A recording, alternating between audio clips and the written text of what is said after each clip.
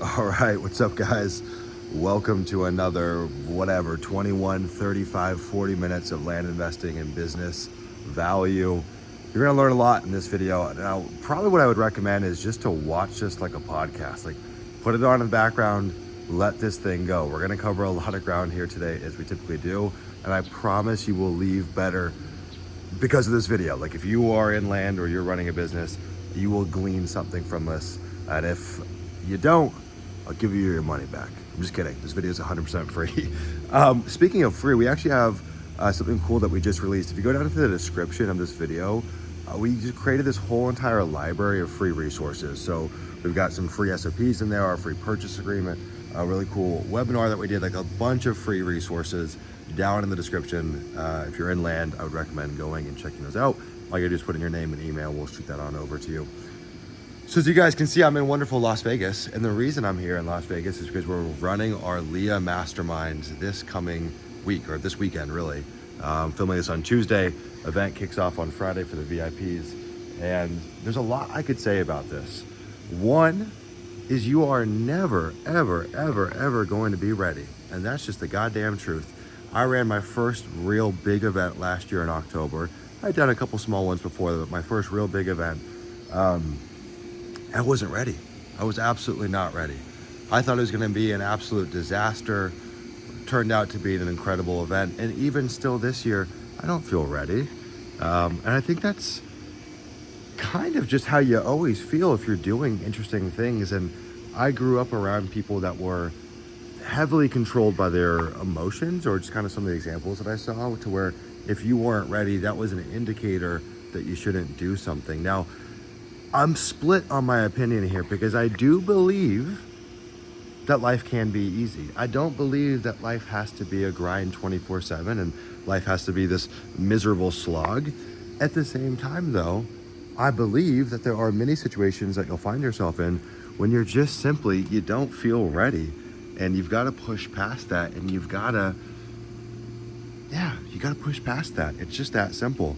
Now, if you're one of those people that's been watching these YouTube videos thinking about starting your own land business, it's like, dude, stop thinking about it. Just freaking do it. You're never going to feel ready. You're never going to feel ready to have kids. Never going to feel ready to get married. Never going to feel ready to build that business. You're never going to feel ready to go get in shape. You're never going to feel ready to start eating better. You're never going to feel ready to go to therapy and work on your emotions. I mean, you're never going to fucking feel ready. You just do it anyways. And I want to let you know that I very much still don't feel ready, even in this position. Now, with that being said, some part of me does know that we're about to put on the greatest event that's ever been done in the land. And the reason I can say that is because I've studied events. Like, I've studied this stuff. I've made myself a student of what makes a good event. I've gone to other events. I've picked people's brains that have been attendees at events that I haven't been to figure out how we can put together a really good event. Now, first off, we've spent just a dump truckload of money on this, right under about $100,000 for this event, which is, it's expensive. I don't know. I mean, maybe people have spent more on that. I don't know, in the land space, but that's pretty damn expensive. But I think that it's going to be worth it. And I think two things that make it a great event, in my opinion. There's the obvious one. Okay, yeah, good speeches, good content, a good community. Like, hey, we've already got that stuff on check. That's kind of like the baseline that you have to meet. But there's two things. One, you need to create an event where you get people into a different kind of state. They get into a state to where they can be receptive, where their brain becomes like porous in a good way, where things can seep in. And that's why we've got breathwork coaches coming. That's why we've got, music and fire dancers and games. Like, that is all there to create a state to where people are vibrating at a higher level. Now, again, that might sound corny to you, but people miss this stuff all the time with their events. It's like, people go there, they're malnourished. The rooms are either way too cold or way too hot. You are under terrible lighting. There's no time outside. You're not doing anything to elevate your state. So, of course, you're there and you feel like dog crap. You get to the end of the day and you're like, oh, I'm exhausted. That's not a great state to be in.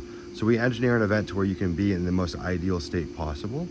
And then the second thing is, truth is, most people actually don't care that much about the guest speakers. Now, again, the content has to be good. Like, you can't have platitudes and trite little speeches where people are saying things that everyone already knows. But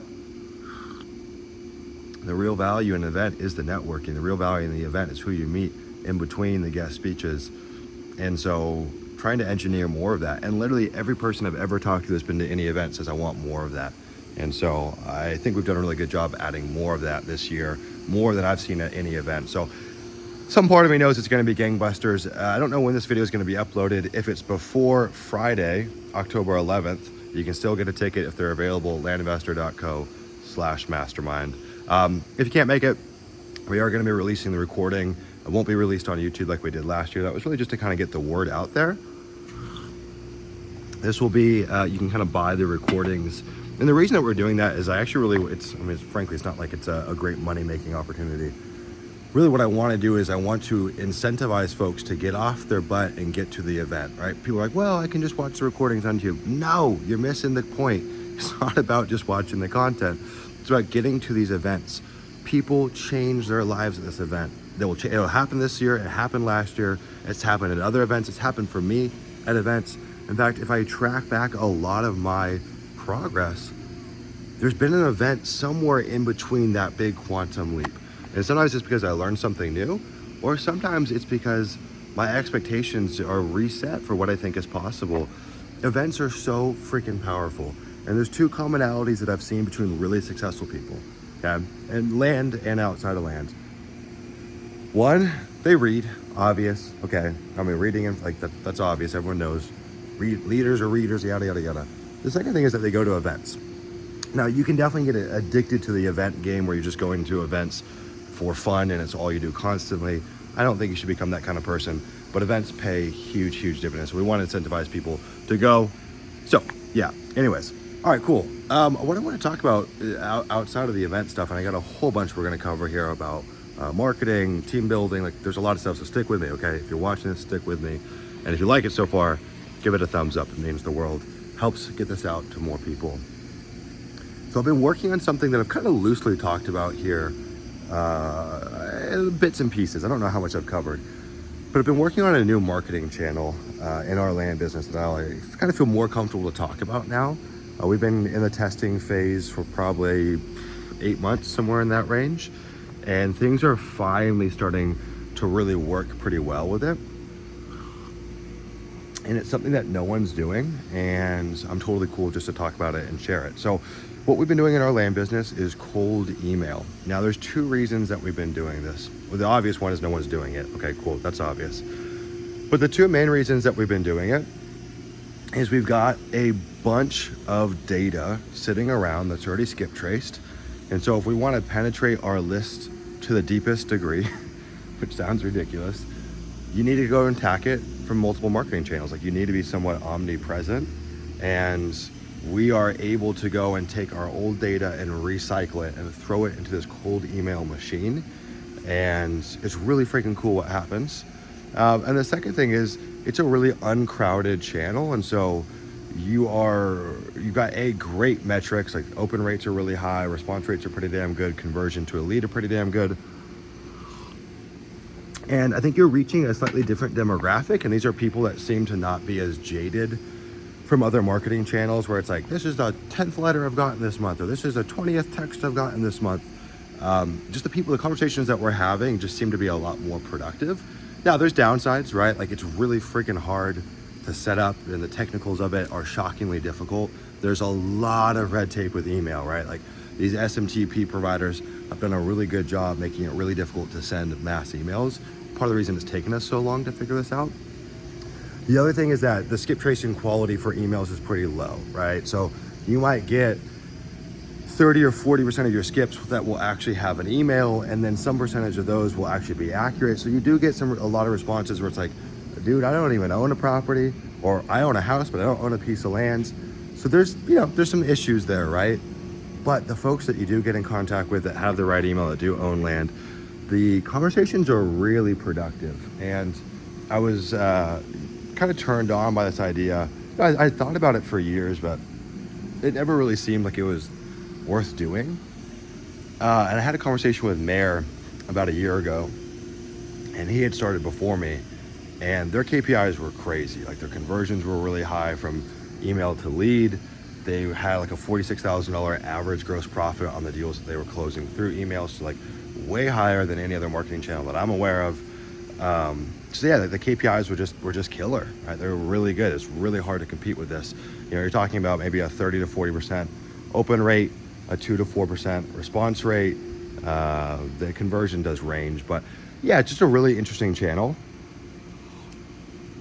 And once you set it all up, it's relatively affordable on like a kind of per message basis. So anyways, he got me inspired to start taking action on it about 8 months ago. And it's been really cool. So we're sending about 40 to 50,000 emails a month. We're scaling that. We'll probably get to about 100,000 emails a month, I'd say, like in the next 6 months. And we're adding in 30 to 60 leads into our CRM per month.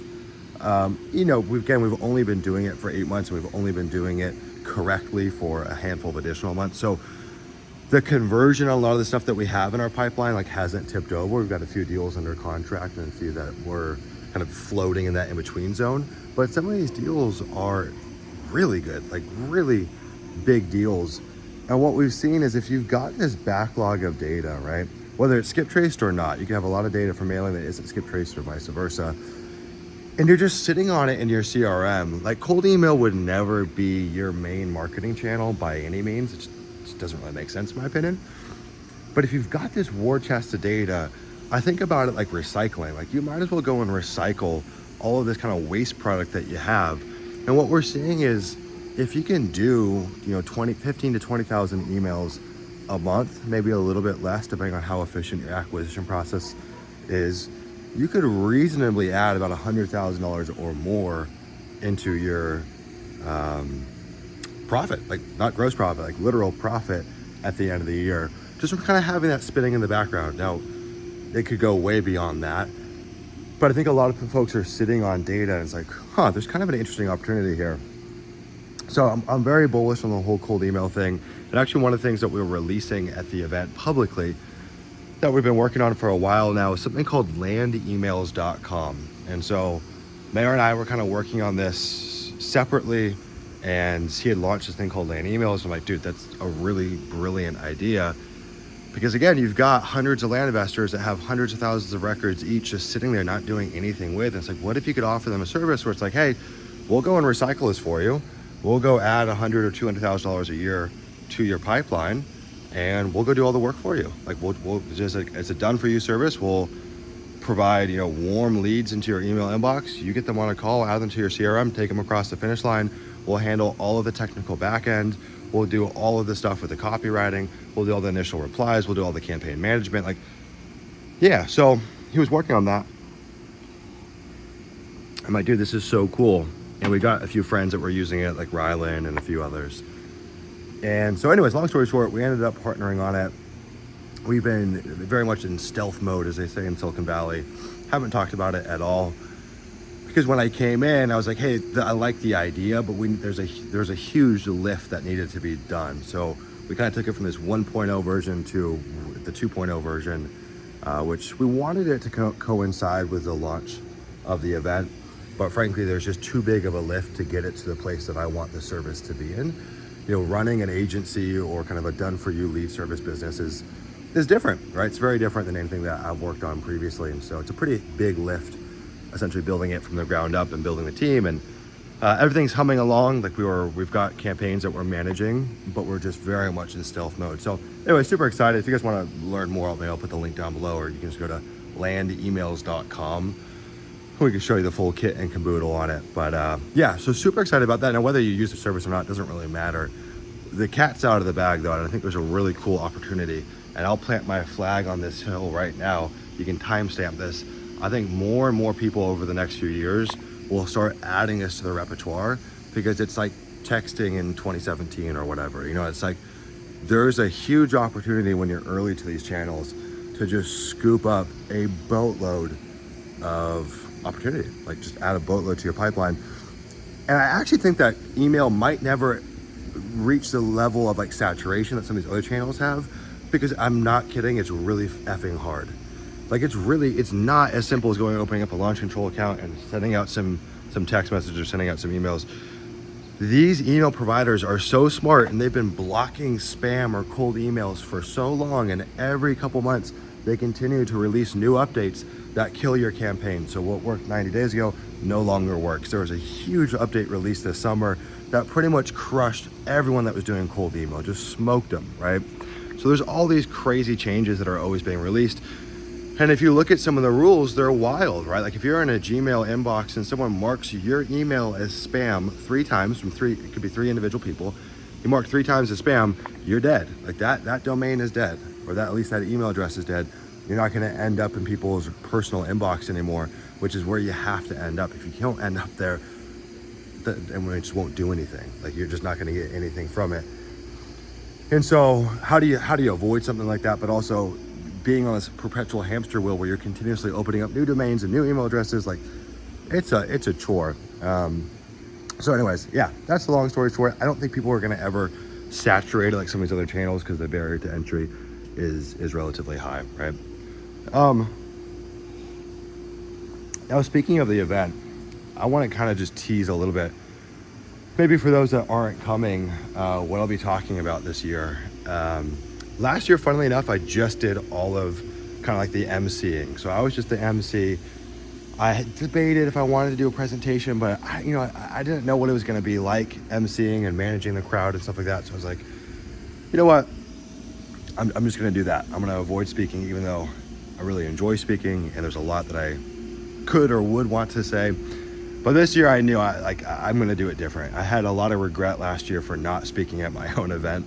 And so you know what, this year I'm not going to do that. And I wanted to cover something that I had never seen covered anywhere. And I think we've done that. So I'll just share with you a little bit. And I'll give you kind of like the Spark Notes version that should be valuable even if you can't attend the event. So the premise is you want to build a business, yeah? Cool. All right, let's just make sure we're on the same page here. To build a business, you need some form of leverage, right? Like if you don't, you ultimately probably have a glorified freelance job or just a job in general where everything kind of flows back to you. Ultimately, what you want to build is some kind of pyramid or hierarchy, right? It's the only way a business works. Like when I mean business, I mean like a real business, right? So there's a bunch of ways that we can do that out of the gates.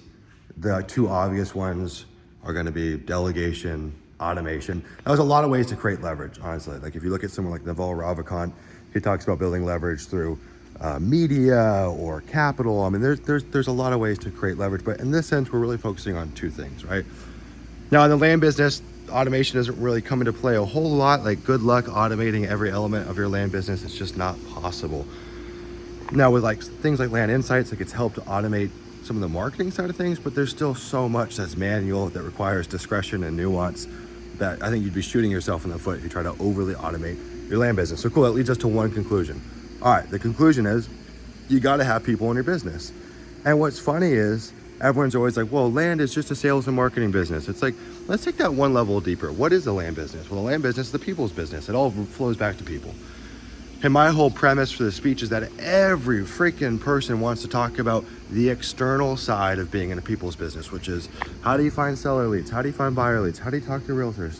It's all externally focused. You can go to any event, they're talking about the external. And that's fine, there's value in that. It's sexy, it's cool, people love it. But I don't see folks that are really talking about the internal side of being in a people business. And what I mean by that is everything in the land business flows back to people. Internally, you need people to build a business. And externally, you're just dealing with a whole bunch of people, right? There's just a whole bunch of people, and your ability to handle and work with people and lead people will really dictate, in my opinion, how far you go in this business.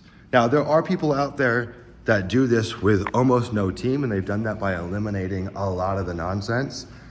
So there are guys and girls out there that make a lot of money, doing just a handful of deals a year, and they might be by themselves, they might have one VA.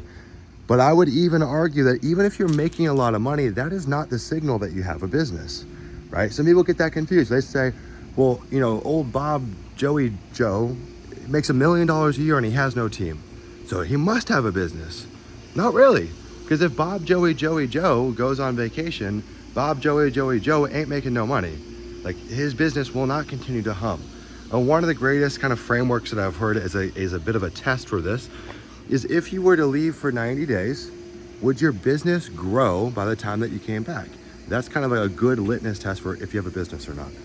Could it grow on its own without your involvement? Now, I'm not even sure I'm at that point, to be totally honest. Like, let me be transparent here. I am very much personally a work in progress, and my businesses are very much a work in progress, and I never want to fool anyone that that's not the case. I am not a guru. I don't have everything figured out.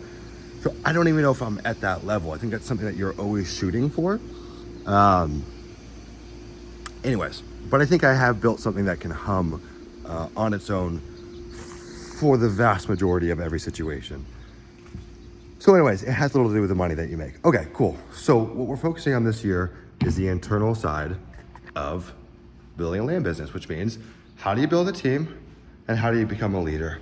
And answering stupid, silly, obvious questions that no one wants to answer. Questions like, how the heck do you run a good meeting? How do you manage and run your Slack? Like if we're gonna work with remote teams and Slack is gonna be, I'm gonna throw one of these, see if I get a bullseye. If Slack is gonna be our main communication channel, how the heck do you do a good job managing your Slack?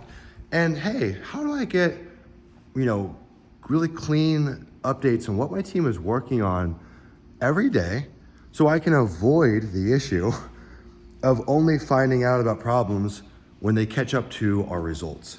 See, most people run their business in a way where it's like, oh shit, we haven't done a deal in 30 days. There must be a problem. But what if there's a way that you could catch it before you got to that point and remedy the issue so you didn't have to go through the pain of having your results suffer via poor performance? Because there's always a latency. It always goes poor performance, poor results, right? And so we talk about how we actually manage our daily reports and the things that we care about to track. So answering these questions, I just feel like, I don't know why they haven't been answered before. I think they're super duper valuable. It's super technical, and maybe it's not for everyone. So I'm really excited to share that at the event here. And I think there's a lot of people in that room that will be at this event that are right at that threshold where they're crossing over from solopreneur, solo land investor, and they're 6 months or 12 months out from kind of crossing the chasm and becoming a business owner. So I think it's gonna really hit home and be super relevant for people. So I can't wait. We've got some insane gifts that we're giving away at this event, insane gifts. We've spent insane amounts of money, tens of thousands of dollars on the stuff that we're giving away at this event. It's really cool. I honestly can't wait. So yeah, where do I leave you from here, man? I don't know. We just brought on our third acquisition manager in our business. This is the first time that I've been completely 100% out of the hiring process. I've had one phone call with this person that lasts about 30 minutes just to give them like my final say of approval. But other than that, I've been completely out of the process, and I've never had that happen. That was one of the areas that I didn't relinquish control on because I think it is super duper, super important. But I've just gotten to the point with all the things that we're juggling that it's just not really possible. So we'll see how this goes. It's an amazing woman that we hired, an amazing acquisition manager, so cool, out of Egypt, just a really, really cool gal. She's building her own rental property portfolio that she's already started doing in Egypt. And I look for folks like that. I look for folks that are self-actualized, right? If I can find someone who's already started taking action on their dreams, I love that. That's a motivated human being. That's someone that knows how to bend reality to their will, which is exactly what I want in a sales-related role like being an acquisition manager. You see, there's kind of three layers to it. You get people that are like, hey, what are your dreams and aspirations, right? We'll ask them that on the call. I don't know. Okay. Don't really love that answer. The second one is like, well, what's your dreams and aspirations? Well, I'd love to start buying rental properties. Cool, where are you at with that? I don't know, I've just been thinking about it. Okay, better. At least you know what you want, but not great. And the third layer is, well, what are dreams and aspirations? Well, it's to own rental properties. Well, what have you done? Well, I own one already that I'm renting out. It's an apartment, and I'm buying my second right now that's gonna be a flip. Wow, you've actually taken your life into your own hands. And those people are really, really, really hard to find. And I'm not saying we don't work with folks that don't have that third tier of being actualized in their life, but that's what we're pursuing. And when I find something like that, I'm like, yep. And I also love finding people, this sounds really weird, I love finding people that were wronged by previous employers. You're like, what the hell are you talking about, Sumner? So the truth is when you're hiring people, inherently pretty much everyone that's looking for a job is not an A player. Because if they were an A player, they would already have a job. It's really simple, and people seem to lose sight of this. pretty much every person that you talk to on an interview, a high majority of them are not going to be A players. They're not really people that are going to be a good fit for you. All right, the A players are already all taken up. So you either got to go poach them from another employer. You've got to just get lucky. And then when you get lucky, there's this kind of thin little demographic of people out there, okay? You can tell in their resume, you can tell when you talk to them that they were wronged. And I'll give you an example by this person that we brought on. So she worked for a cold calling company. It's a wholesale real estate cold call company, okay? It was based here in America. She started off as a cold caller, okay? She was instantly the best cold caller on the team, like right out of the gate. Then they moved her up to a team lead for her little cold call unit. So there's 6 or 12 people in her little cold call division. No pay raise, okay? She didn't get paid any more. Now, another 3 or 4 months later, she gets raised to the manager of the entire cold call team. She's managing the entire operation of cold callers. And in that time, helped grow it from, I forget what the number was. It was like 40 clients to 200 clients or something like that. Never got a pay raise. In fact, she said she was making more as a cold caller than she was as the kind of team manager. And so you're looking for that. And that's really hard to find, right? You're gonna get a lot of lip service from people. Well, I just had to leave because ABC. And in most cases, they were let go for poor performance or whatever, right? A lot of cases it's people are kind of being a bit deceitful. But when you see that in the resume, you see that when you talk to them, you say, all right, there's a diamond in the rough that other people haven't spotted. Yeah, her turnover might have been higher than I wanted, but there's actually a real story that I can validate. And I think it's just crazy too that people create, these new roles for people without giving them any form of a raise. And I think it's a good reminder, and I've made that mistake myself before, but it's a good reminder for business owners to pay your team what they're worth. And if you're changing their roles and adding additional responsibilities, they should get paid in accordance to that. All right, guys, hope you enjoyed this video. I am so tired. Big week, little sleep. Hope you guys enjoyed it. Give it a thumbs up and subscribe if you did. See you guys in the next one.